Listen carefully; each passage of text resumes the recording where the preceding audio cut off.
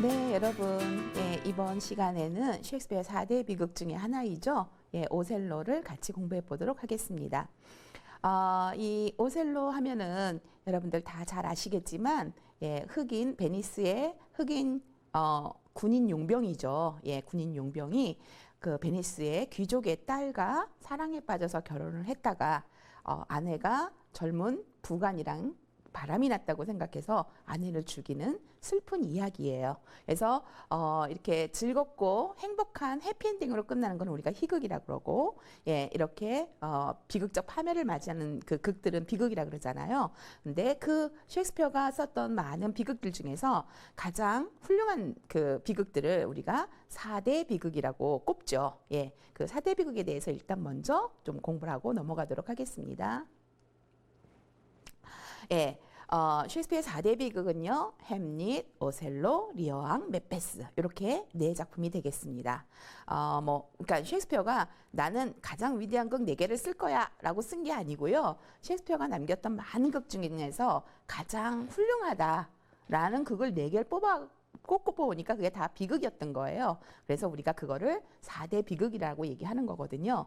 예, 이 4대 비극이 그 훌륭한 이유는 하나같이 인간들의 독특한 성향, 예, 독특한 인간성 이런 것들을 그려내고 있다라는 거죠.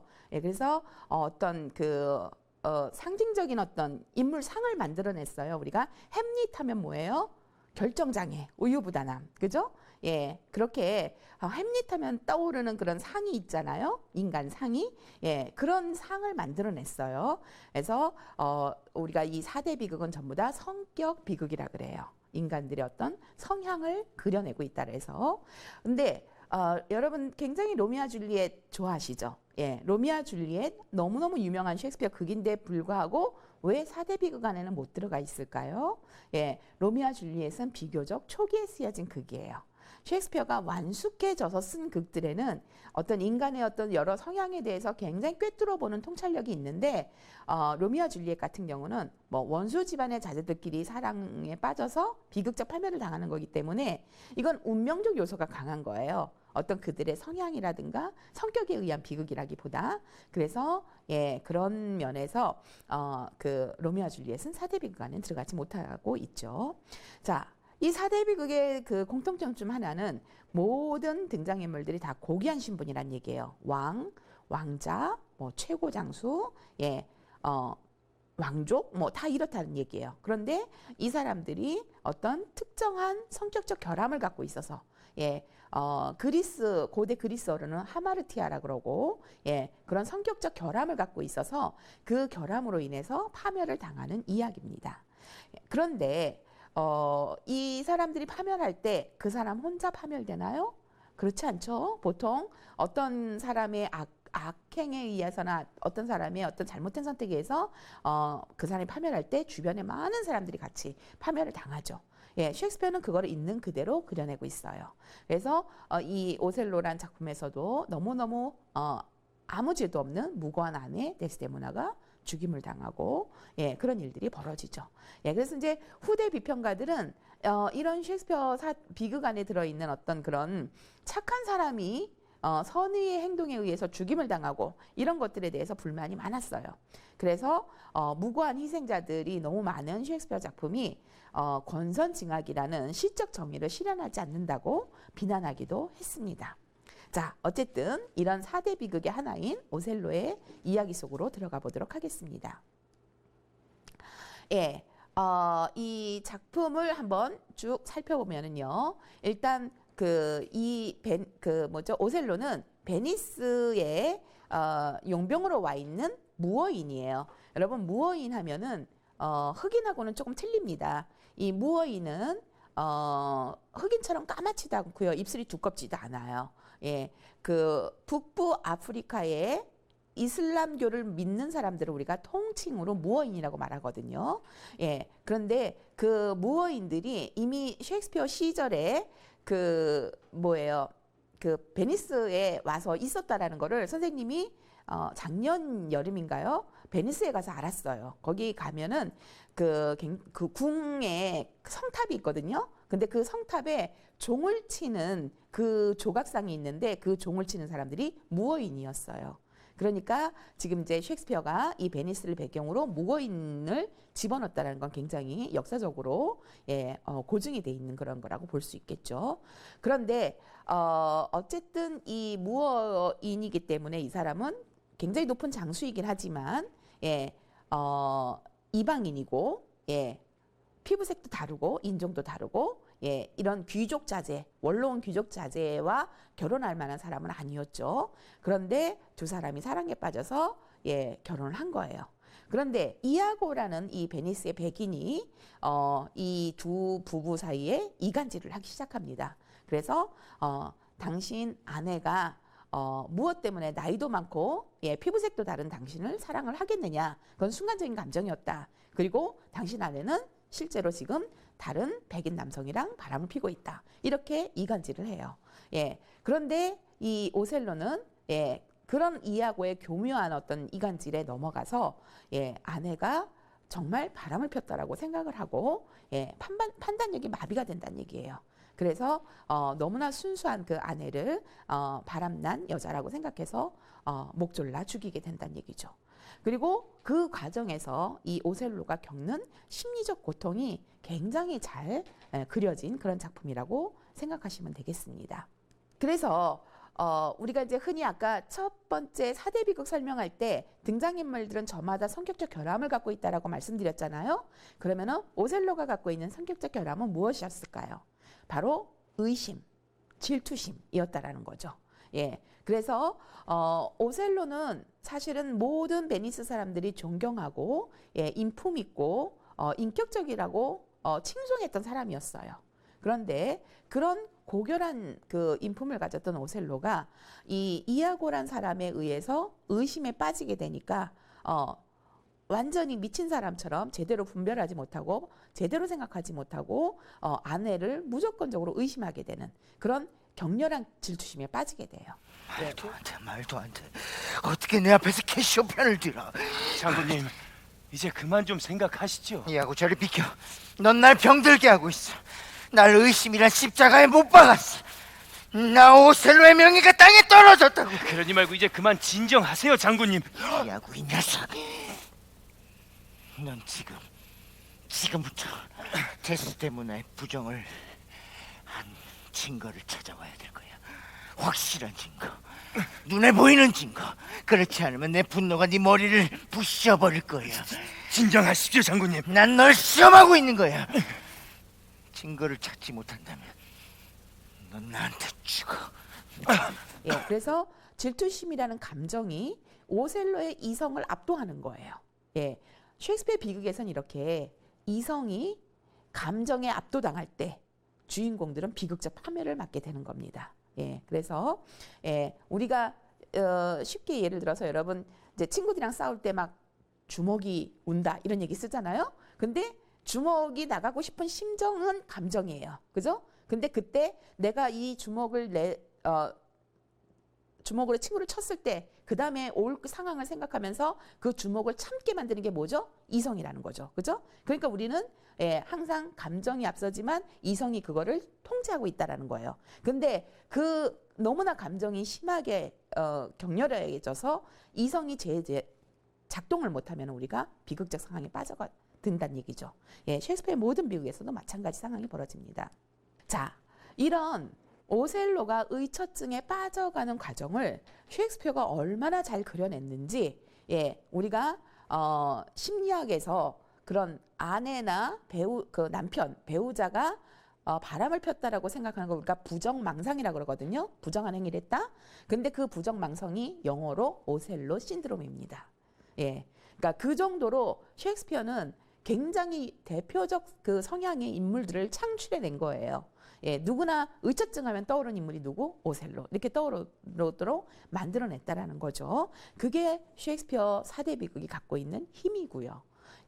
자, 그래서 이제 이 오셀로 증후군이라는 오셀로 신드롬이라는 단어를 영국의 정신과 의사 존 토트라는 사람이 논문에서 처음 사용을 했어요. 그래서 성적 질투심의 병리학 연구라는 그 연구에서 오셀로 신드롬이라는 단어를 처음 씁니다. 예, 이 정도로 이 오셀로라는 작품은 예, 어떤 배우자가 부정한 행위를 했다라고 의심하는 정신장애를 아주 심도 있게 그려내는 작품이라고 보시면 됩니다.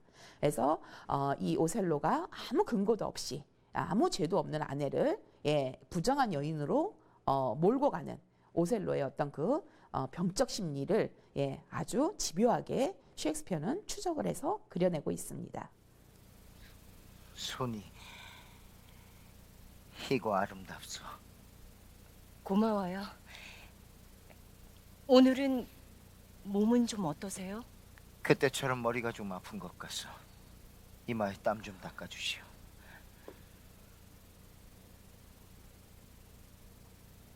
이거 말고 그게 무슨 말씀이세요? 내가 사랑의 증표를 줬던 그 손수건으로 말이오. 지금은 없어요. 지금은 없다. 잃어버렸어. 아니요. 잃어버린 건 아니에요. 지금 당장 그 손수건이 보고 싶소. 나중에 보여드릴게요. 지금 당장 나중에 보여드린다니까요. 손수건! 마지막 경고요. 왜 이렇게 무섭게 말씀하세요? 날 똑바로 봐. 갑자기 왜 이러세요?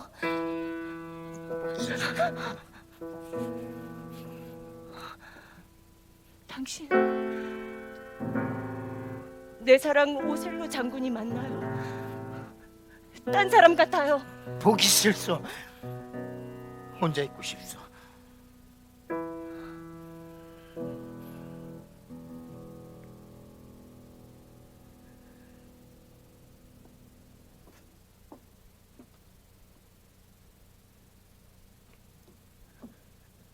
예. 그런데 오셀로의 이런 부정망상은 어디서 비롯된 거냐? 바로 오셀로의 열등감에서 비롯됐다라는 거죠. 예. 그래서 그 질투심, 의처증 또는 의부증 이런 것들은 만약에 본인이 굉장히 자신에 대해 자신감이 넘치면은 걸리질 않는다라는 거죠. 그런 병적 심리에. 그죠? 예. 그런데 본인이 불안하고 자기 자신한테 자신감이 없을 때 이런 어떤 의처증이라든가 의부증이라든가 이런 병적 심리가 나타난다라는 거예요. 오셀로는 일단 나이가 굉장히 많다고 나와요. 나이 차이가 많이 난다고 나오고 늙은이라고 나와요. 그리고 예, 피부색도 까무잡잡하고 예, 인종도 다르고 예, 그렇기 때문에 쉽게 열등감에 사로잡힐 수 있는 요소들을 갖고 있는 거예요. 이하고는 바로 오셀로의 그런 것들을 이용하는 거죠. 그런 약점을. 그래서 예, 계속해서 도대체 저렇게 그 귀족 자녀애가 그 장군님 같은 사람을 좋아할 이유가 뭐가 있냐 뭐 이런 식으로 자꾸 이제 그의 열등감을 건들면서 예, 그가 자꾸 의심에 빠져가게 한다는 얘기죠. 그래서 아까 그 데이비드 이노크 그 의사는 논문에서 뭐라고 말했냐면 오셀로 증후군의 핵심적 문제는 환자가 원하는 자신과 실제의 자신 사이의 괴리에서 발생하는 약점이다 이렇게 얘기를 하는 거예요. 그러니까 이 환자라는 거는 바로 의처증에 걸린 사람들을 말하잖아요. 또는 의처증, 의부증에 걸린 사람들. 자기가 바라는 자신은 이렇게 높은 사람인데 자기는 거기에 못 미치니까 그 괴리에서 이런 열등감이 발생하고 열등감이 의처증으로 의부증으로 나타난다라는 얘기죠. 예, 그래서 예, 그런데 이 작품은요. 셰익스피어가 굉장히 유기적 구조를 갖고 있다라고 제가 한여름밤의 꿈을 설명할 때 말씀을 드렸죠. 그래서 한여름밤의 꿈에서는 어떤 사랑의 고난을 여러 층이 요정, 뭐 군주, 뭐 여러 층이 해서 지금 보여줬잖아요. 이 작품도 많은 사람들이 오셀로뿐만 아니라 다른 많은 사람들이 의처증, 의심, 질투심에 사로잡혀 있는 걸 보여줘요. 예, 그럼으로써 작품의 주제에 주제를 확장시키고 더 주제를 강화시키는 여러 층위의 플롯을 갖고 있다라는 거죠. 일단 이아고가 도대체 왜 오셀로하고 부인 사이를 그렇게 이간질을 하느냐? 바로 이아고 자신이 의처증 환자예요. 예. 그래서 이아고가 두 가지 이유 때문에 이제 이 오셀로를 이렇게 파멸시키려고 작정을 한 거거든요. 첫 번째 이유는 자기가 오셀로의 부관 자리에 오르고 싶었어요. 그런데 자기보다 훨씬 젊고 경험도 없는 캐시오라는 사람을 부관에 임명을 했어요. 저 빌어먹을 자식이 여기로 오는군. 저 자식이 내 자리를 가져갔어. 내 수많은 공로에도 불구하고 말이야. 난 겨우 기수로 남아있는데. 아, 오늘은 정말 즐거운 날일세. 그렇지 않나, 이하고? 예, 자네가 저 터키 놈들이 바다에 수장되는 걸 자네가 봤어야 했어. 응? 이게 다 캐시오 부관님의 공 아니겠습니까? 아닐세, 이하고. 이게 다 오셀로 장군의 지략과 용기가 우리를 이곳으로 인도했다네. 오셀로 장군은 정말 대단한 사람이야. 그래봤자 무어인이지. 자네 뭐라고 했나? 아닙니다. 부관님 한잔 하시죠. 아닐세. 오늘은 그만해야겠어. 천하의 캐시오 부관님께서 이 술이 약해서야 되겠습니까? 그러게 말이야. 신은 내게 이 술을 즐길 기쁨을 주지 않으셨나 봐. 그러지 마시고 딱 한 잔만 하시죠. 예, 보십시오. 섬 사람들 모두가 벌써 축복하고 있지 않습니까? 자, 모든 사람들을 위하여. 위하여! 위하여. 그거에 대한 질투심이 일단 하나가 있고요. 그다음에 두 번째 질투심은 바로 오셀로하고 캐시오가 자기 아내랑 잠자리를 같이 한 것 같다는 의심이에요. 예, 그래서 그런 의심에 시달리면서 아내는 아내로 갚겠다라고 생각해가지고 이 오셀로를 그렇게 자기 아내를 의심하게 만드는 그런 교묘한 음해를 하게 되는 거죠. 그런데 이 캐시오는 아직 미혼이거든요. 그런데 캐시오를 좋아하는 창녀가 있어요. 창녀가 있는데 그 창녀가 또 캐시오한테 계속 그런 질투심을 하는 거죠. 예, 예를 들어서 이제 뒤에 가면 이제 그 데스데모나의 손수건이 나와요. 이 손수건을 이아고가 훔쳐가지고 캐시오 방에다 떨어뜨리거든요. 예, 그래서 이제 이 캐시오가 그 손수건을 갖고 있는 거를 보고 그 오셀로가 자기 아내의 부정을 확신하는 거죠. 그죠? 자기 아내가 캐시오한테 그 손수건을 선물했다라고. 예, 그렇게 하게 되는데 그 손수건의 문양이 그 딸기 문양이 있는데 그게 너무 예뻐서 이 캐시오가 이 비앙카한테 부탁을 해요. 이걸 똑같이 술을 놔달라. 이게 내가 주순 건데 이 손수건이랑 똑같은 그런 술을 놔달라고 부탁을 하는데 이 창녀가 의심을 하죠. 어떤 여자한테서 받아온 거냐. 예, 그래서 이렇게 다양한 층위에서 성적 질투심, 의심 문제를 다루면서 주제를 확장시키고 있는 것을 볼 수가 있어요. 그래서 셰익스피어 작품들이 높이 평가받는 게 이렇게 그냥 단순하게 하나의 이야기가 아니라 어떤 주제를 잡으면 그 주제를 여러 차원에서 다루고 있다라는 거, 그게 굉장히 셰익스피어가 갖고 있는 유기적 구조를 말해주는 특징이죠. 이아고의 의처증 그 대사를 우리가 같이 한번 볼 필요가 있죠. 음탕한 무어놈이 내 잠자리에 뛰어들었던 것 같아. 그 생각이 독약처럼 내 마음을 물어뜯는단 말이야. 그 녀석과 똑같이 계집은 계집으로 갚지 않는 한 어떻게 해도 마음이 누그러질 것 같지 않아. 만약 실패라도 할 경우엔 적어도 그 무어놈을 심한 질투심에 사로잡히게 해서 분별력을 잃게 만들 테다. 이렇게 지금 얘기해요. 지금 뭐예요? 음탕한 무어놈이 내 잠자리에 있었던 것 같다라는 의심, 의처증이죠. 그죠? 뿐만 아니라 그 밑에 대사도 보세요. 역시 이아고의 대사인 건데 아무래도 캐시오 녀석도 내 잠자리에서 재미를 본 것 같아. 이렇게 생각해요. 그러니까 무어도 오셀로도 캐시오도 내 아내랑 잠을 잔 것 같다는 의심에 빠져 있는 거예요. 예, 완전히 그 오셀로 신드롬의 환자인 거죠. 그죠? 예, 그래서 이런 그 두 사람을 두 부부를 이간질하는 그런 음모를 꾸미게 되는 겁니다. 이렇게 이 작품이 그 인간들이 갖고 있는 질투심 또는 의심이라는 그 증상에 초점을 맞추고 있기 때문에 그 질투심의 속성에 대해서 언급하는 대사가 굉장히 많이 나옵니다. 예, 아까 이제 이아고가 아내를 의심했다 그랬죠. 그 아내가 에밀리어예요. 예, 이름이 에밀리어인데 이 에밀리어는 뭐죠? 데스데모나 오셀로의 아내의 시녀 노릇을 하거든요.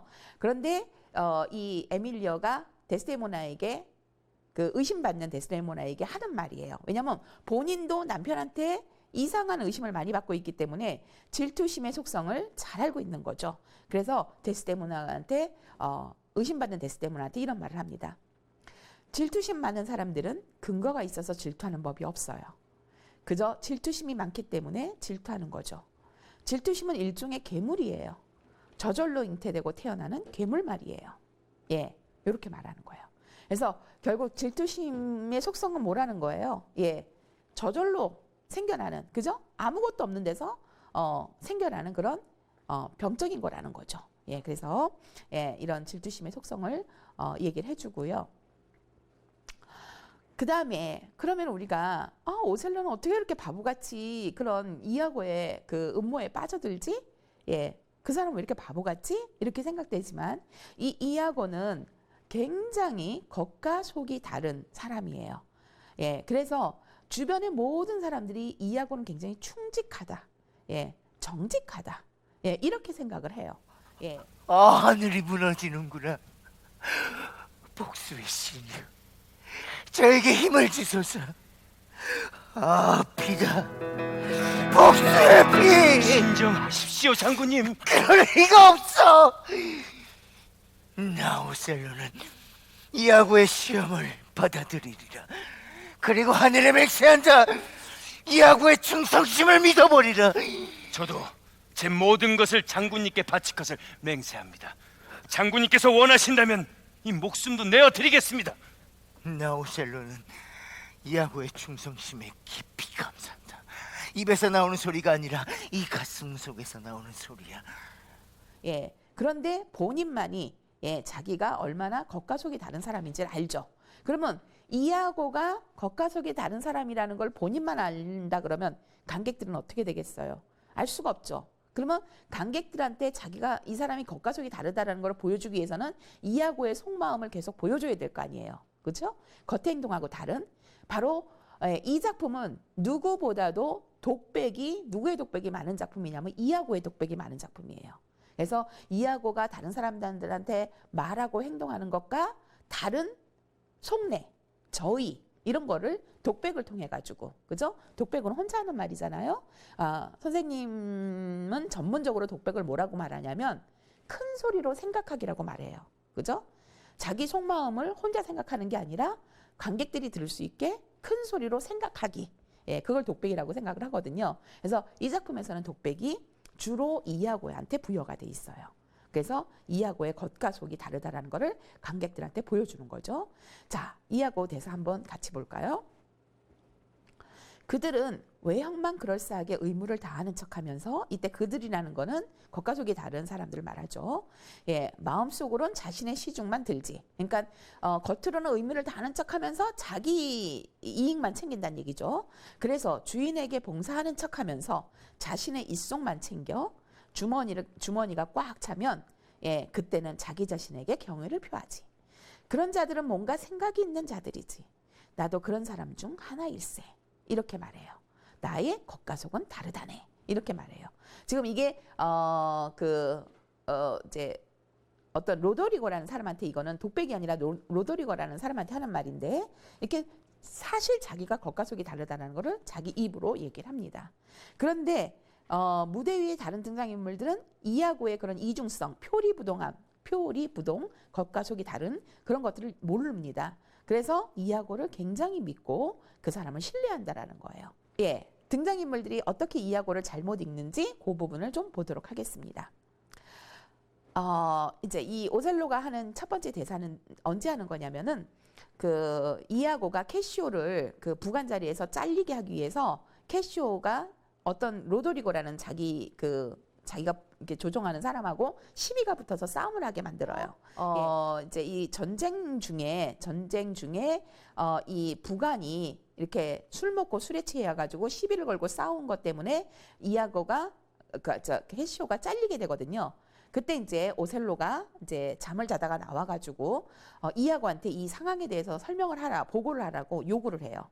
그러니까 이하고가 겉으로는 캐시오한테 굉장히 불리한 얘기를 하면서 그러니까 그런 불리한 얘기를 하면서 뭐라고 말하냐면, 내가 캐시오님에 대해서 부정적인 얘기를 할 거면 나는 이 혀를 잡아 뽑겠다, 뭐 이런 식으로 얘기를 하는 거예요. 그러니까 사실은 그한테 부정적인 어떤 온갖 증명을 다 하면서, 예, 증언을 다 하면서 겉으로 말은 나는 절대 캐시오한테 부정하게는 말하지 않겠다 이렇게 얘기해요. 그때 오셀로는 또 속죠. 그래서 이하고 자네가 충성심과 의리 때문에 이 사건을 얼버무려 캐시오의 죄를 가볍게 하려 한다는 것을 내가 다 알고 있다. 이렇게 속아요. 그죠? 사실은 캐시오에 대해서 되게 나쁘게 말을 했는데 예, 이렇게 속는 부분이 나오고 멍청한 놈. 위하여.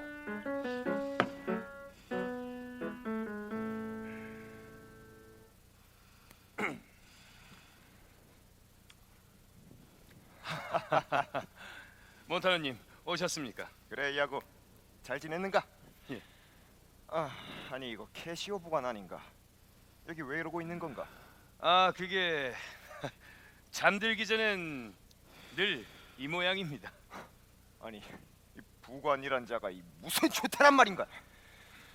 캐시오 부관 어서 일어나시게. 일어나라니까. 나는 전쟁에선 용감하고 잠자리에선 물러선 적이 없어. 캐시오 부관 그만두시게. 그만 안 두면 뭐 어쩔 건데? 정뱅이가! 이봐, 오셀로 장군께서 전에 이런 모습을 알고는 있는 건가? 야, 주정뱅이라고? 이거 많이 나왔어? 미쳤어? 야, 차, 야, 차, 야, 야, 캐시오!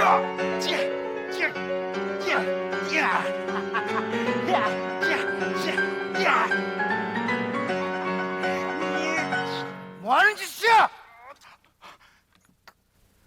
부관, 무기를 버려. 왜 여기서 터키 놈들처럼 싸우고 있는 거야? 거기 이하고 예 장군님.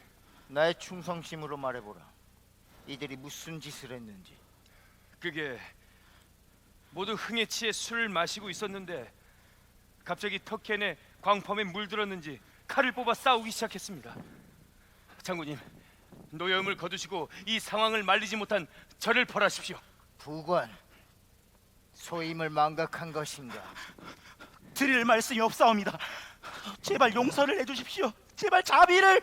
몬타노, 나는 괜찮소. 캐시오 부관, 난 지금부터 자네의 직위를 박탈한다. 집으로 돌아가 근신하라.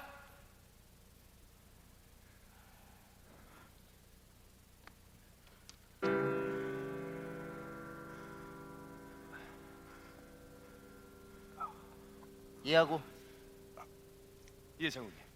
몬타노를 치료해줘. 알겠습니다. 가시죠.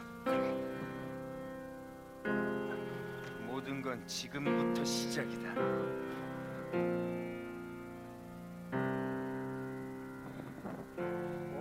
그 다음에 또 이제 아내를 죽였어요. 아내를 죽여서 이제 에밀리오가 시녀가 본 거죠. 도대체 마님을 왜 죽였냐 그랬더니만은 내 여자는 내 아내는 바람을 핀 여자야라고 얘기를 하니까 에밀리오는 시녀니까 너무 잘 알잖아요. 예, 그녀의 정숙함을. 그러니까 어떤 미친 놈이 그런 얘기를 하더냐. 예, 누가 당신한테 그런 얘기를 하더냐 그랬더니만은 오셀로가 하는 말이에요. 네 남편이 했다고. 이제 알아듣겠어? 내 친구이자 너의 남편인 정직하고 정직한 이하고가 그렇게 말했다고. 이렇게 honest 이하고라고 얘기를 해요. 그죠? 예, 그러니까 이 마지막 순간, 아내를 죽인 이 마지막 순간까지도 이하고라는 사람에 대해서는 철석같이 믿고 있는 거를 볼 수가 있어요. 자, 심지어 이하고의 아내 에밀리오도 자기 남편을 제대로 알지 못해요. 그죠? 예, 그래서 에밀리오가 이 말을 듣고 자기 남편한테 하는 말. 당신이 남자라면 이 악한 자가 한 말이 사실이 아니라고 말해요. 당신이 마님을 정숙하지 못한 여인이라고 말했다면서요. 당신이 그랬을 리가 없어요. 당신이 그렇게 나쁜 사람은 아니잖아요. 말해봐요. 가슴이 터질 것 같으니. 이렇게 말해요. 그러니까 아내조차 남편이 그렇게 악한 그런 못된 음모를 꾸밀 사람은 아니라고 생각한다라는 거예요. 그래서 이 작품 속에서는 예, 다들 이 이하고를 잘못 읽고 오로지 관객만이 이하고를 제대로 알고 있는 거죠. 그죠? 예, 관객은 어떻게 알 수 있어요? 이하고가 속마음을 계속 독백을 통해서 말했기 때문에. 자기의 속내를. 예, 그래서 예, 이런 아이러니한 그런 상황들이 벌어지는 거죠. 이렇게 이아고가 오셀로의 마음을 움직여서 오셀로가 완전히 감정에 질투심이라는 감정에 사로잡혀서 이성적이지 못하게 행동하는 데는 언어가 갖고 있는 무서운 힘이 작용을 하는 거죠. 예. 사실 인간들은요, 선생님이 지금 셰익스피어를 여러분들한테 전달하는 것도 언어, 말을 통해서죠. 그죠? 그리고 PPT에 쓰여 있는 글을 통해서죠. 그렇게 우리는 이렇게 언어로 의사소통을 할 수 있어요. 언어만으로 의사소통을 할 수 있는 거죠.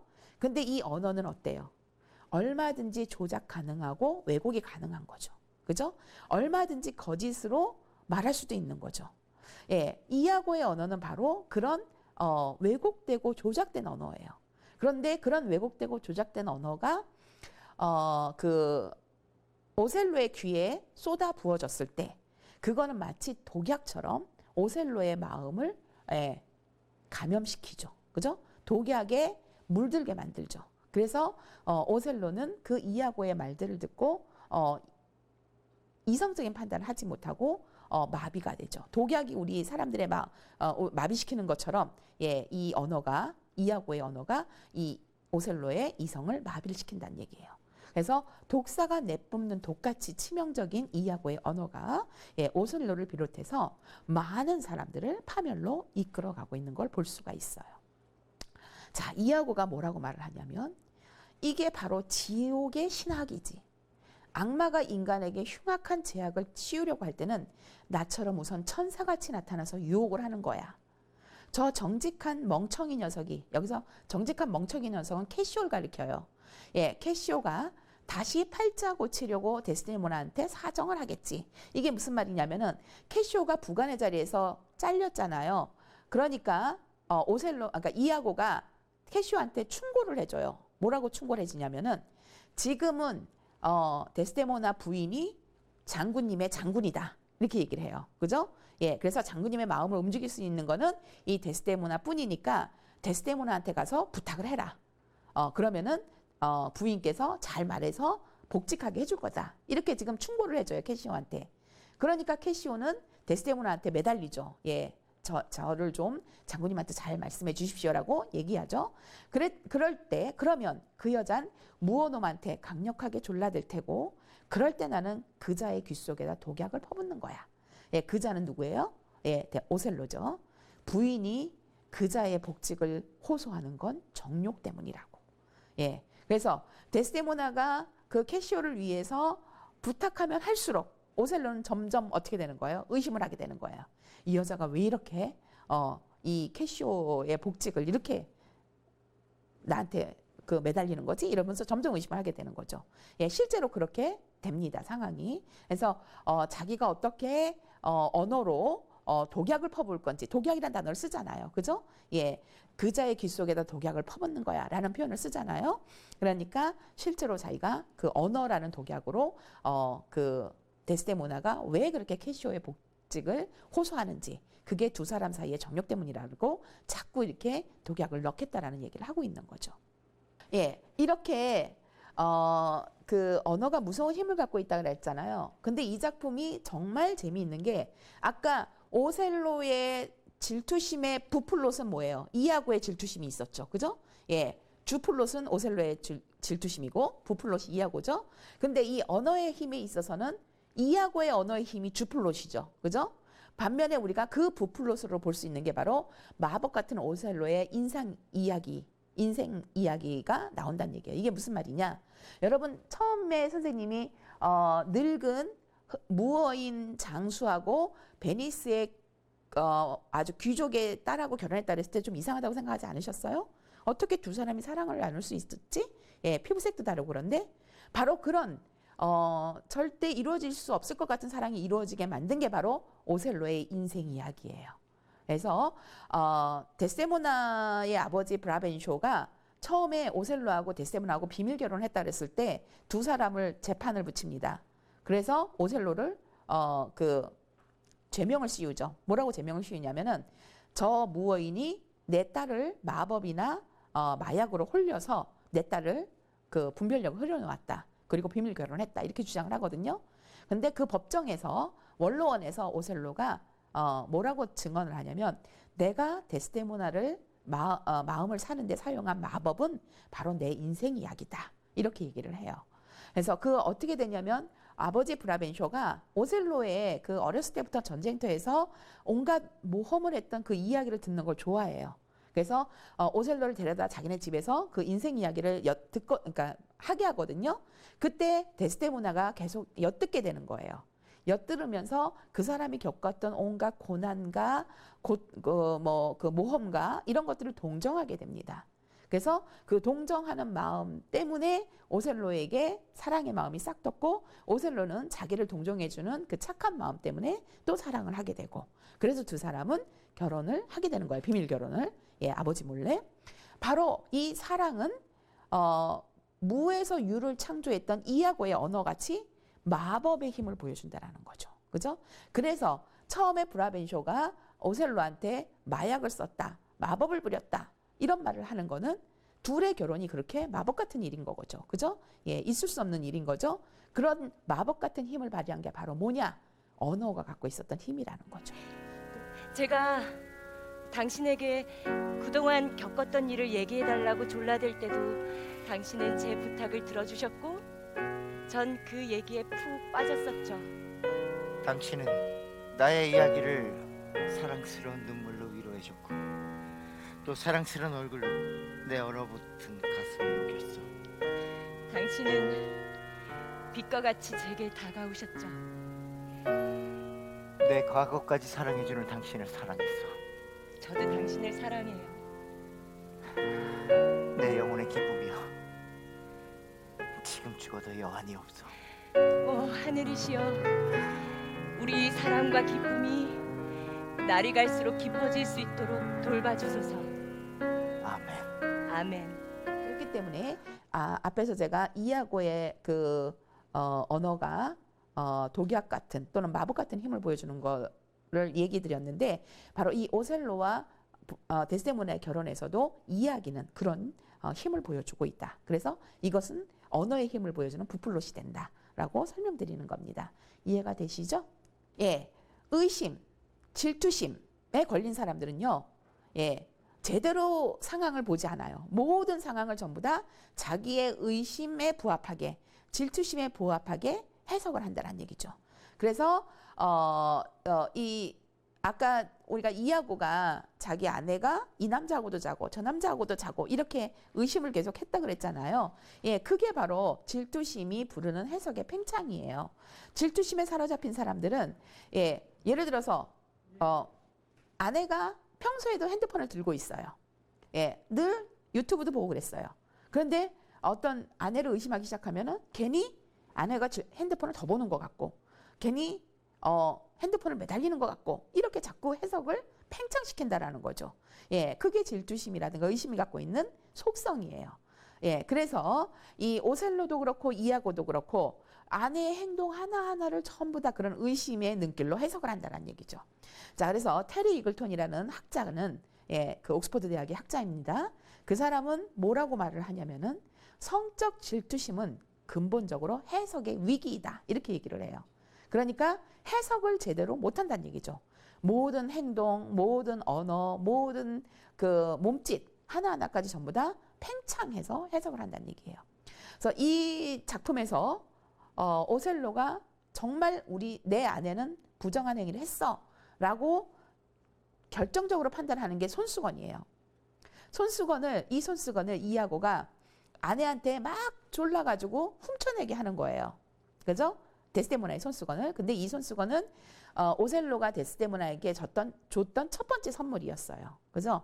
근데 그 손수건을 훔쳐내게 해서 그거를 캐시오의 방에다 떨어뜨려요. 그리고 캐시오가 그 손수건 들고 있는 모습을 오셀로가 보게끔 한다는 얘기죠. 그러니까 오셀로가 캐시오가 들고 있는 손수건 한 장을 보고는 이제 단정적으로 내가 줬던 선물을 사랑의 징표로 캐시오에게 줬구나 라고 생각하고 아내가 부정한 여자라는 것을 단정을 하게 되고 아내를 죽이게 되는 겁니다. 예, 이렇게 질투심은 해석을 자기 생각대로 끌어가는 그런 요소가 있죠. 예. 이하고는요, 예, 그 대사를 합니다, 지금. 이 손수건을 캐시오의 거처에 떨어뜨려 그자가 줍도록 해야지. 공기처럼 가벼운 하잘것없는 것도 질투하는 자에게는 성서만큼이나 강력한 증거가 되지. 이게 뭔가 해낼 거야. 무어놈은 벌써 내 독약으로 번하고 있어. 위험스러운 억측은 원래 독약과 같아 처음에는 구미에 맞지 않는 것을 잘 모르지만 혈액에 조금만 작용하면 유황 강산처럼 타오르지. 예, 이렇게 대사를 하거든요. 그러니까 이미 오셀로가 자기의 자기 언어, 독약 같은 언어에 그 젖어서 이 손수건을 어떻게 해석할지를 너무나 잘 알고 있는 거예요. 그래서 이 손수건이 마치 성경처럼 확실한 증거처럼 작용할 거라는 걸 알고 있는 거죠. 예, 여러분 그림에 보시면은 데스데모나, 오셀로 등 뒤에 이아고가 있죠. 그죠? 예, 데스데모나의 손에 쥐어 있는 저 손수건 한 장. 그죠? 예, 저 손수건이 바로 이 여자의 목숨을 앗아가는 결정적 증거가 된다라는 거예요. 예, 저 손수건을 주워다 캐시오가 갖게 한다라는 거죠. 예, 이렇게 이제 아내의 그 부정을 단언하게 된 오셀로는요, 자기 인생 전체를 예, 집어 던집니다. 그래서 인생을 자포자기하게 되는 그런 면을 보게 되죠. 자, 오셀로의 대사 보겠습니다.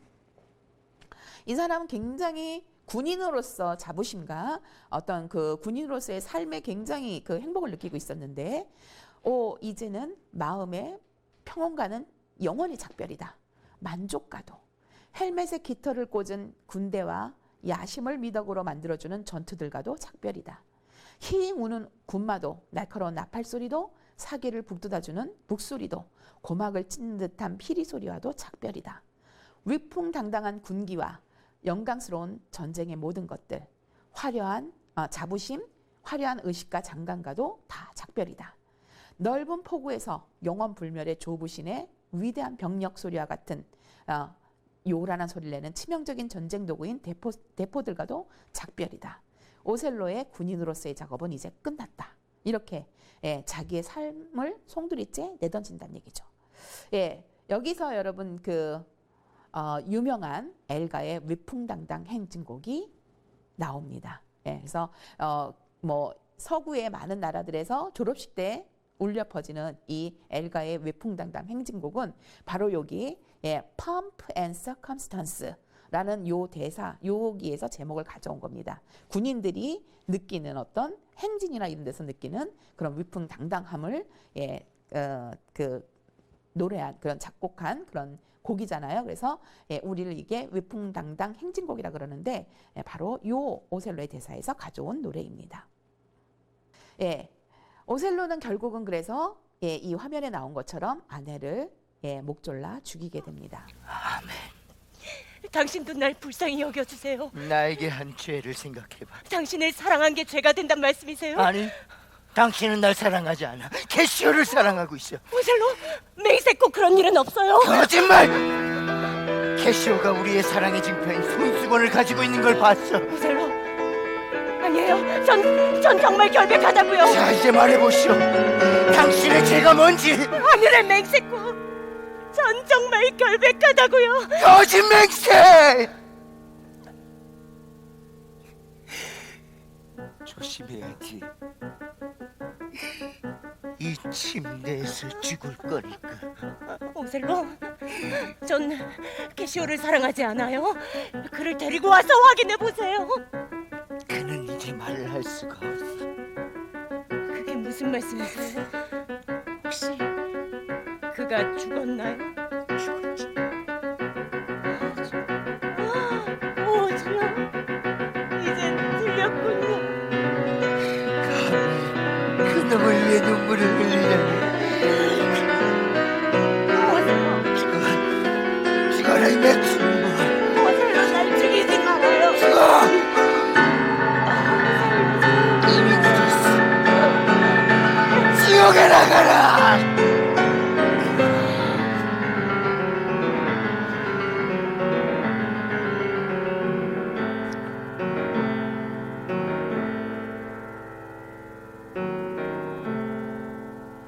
저런 그 아내를 목졸라 죽일 정도로 광기에 사로잡힌 행동을 하고 나서 비로소 이제 이아고의 모든 것이 이아고의 음모였고, 예, 데스데모나는 순결한 여인이었다라는 게 밝혀져요. 예, 그리고 나서 오셀로가 뒤늦게 각성을 하죠. 예, 그래서 이렇게 부탁을 하면서 자살을 합니다. 제 불운한 범죄를 보고할 때 나를 있는 그대로 적어주시오. 조금도 감싸주지도 말고 악의적으로 폄하하지도 말아주시오. 그리고 이렇게 말해주시오. 현명하게 사랑하지는 못했어도 너무 사랑한 자라고. 좀처럼 질투 따위는 하지 않으나 계략에 빠져 극도의 혼란에 빠진 자라고. 무식한 인도 사람처럼 제 손으로 제 종족 전체보다도 더 값진 진주를 버린 자라고. 여기서 제 종족 전체보다도 더 값진 진주가 누구예요? 순결한 데스데모나죠. 그죠? 예. 눈물을 흘린 적이 없으며 그 어떤 역경에도 굴한 적이 없는 눈에서 아라비아의 고무나무에서 진이 흘러내리듯이 눈물을 흘렸다고. 예. 이렇게 얘기를 합니다. 예. 너무 늦은 그 각성이죠. 예.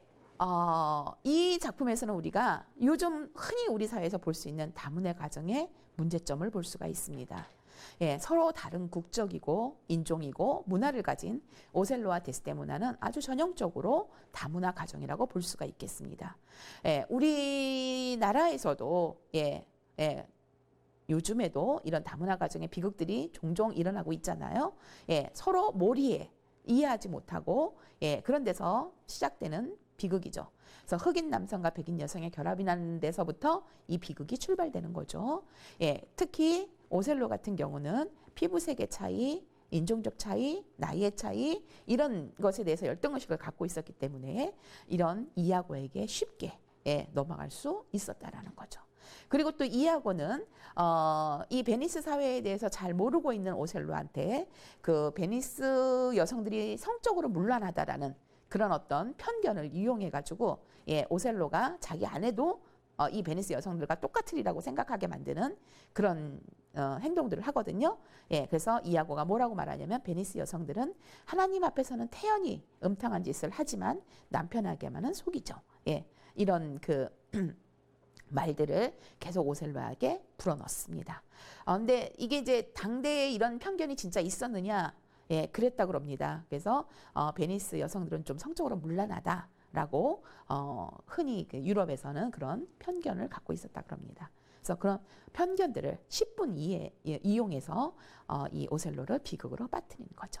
네, 여러분 오셀로 이야기 잘 들어보셨죠? 네, 연극 감상하신 거랑 잘 이렇게 연결이 돼서 이해가 되셨으면 좋겠고요. 오셀로가 이렇게 훌륭한 사람이었지만 감정이, 그러니까 질투심이라는 감정이 오셀로를 이렇게 사로잡았을 때 이성이 제대로 작동을 하지 못하잖아요. 그러니까 우리도 언제든지 그런 상황이 올 수 있거든요. 그때 감정이 이성을 압도하지 않도록 늘 현명하게 생각하고 판단하는 그런 그 습관을 들여야 되겠습니다. 수고들 하셨습니다.